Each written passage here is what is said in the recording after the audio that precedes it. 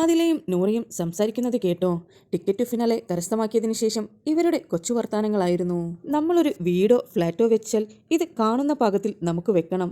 പെണ്ണുങ്ങളെ under estimate ചെയ്യുന്ന എല്ലാവർക്കും വേണ്ടി സമർപ്പിക്കുകയാണ് ഇത്.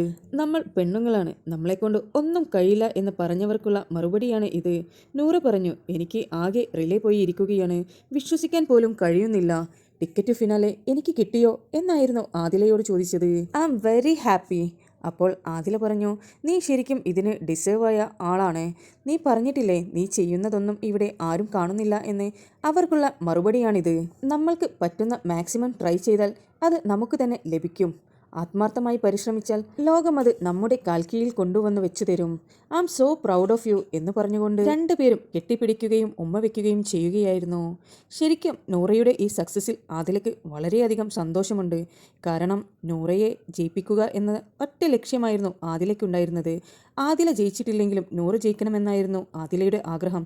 അതാണിപ്പോൾ സംഭവിച്ചിരിക്കുന്നത്. നൂറയെയും ആദിലയെയും ഒരു ഗെയിമറായിട്ട് ആരും കണക്കാക്കിയിട്ടുണ്ടായിരുന്നില്ല.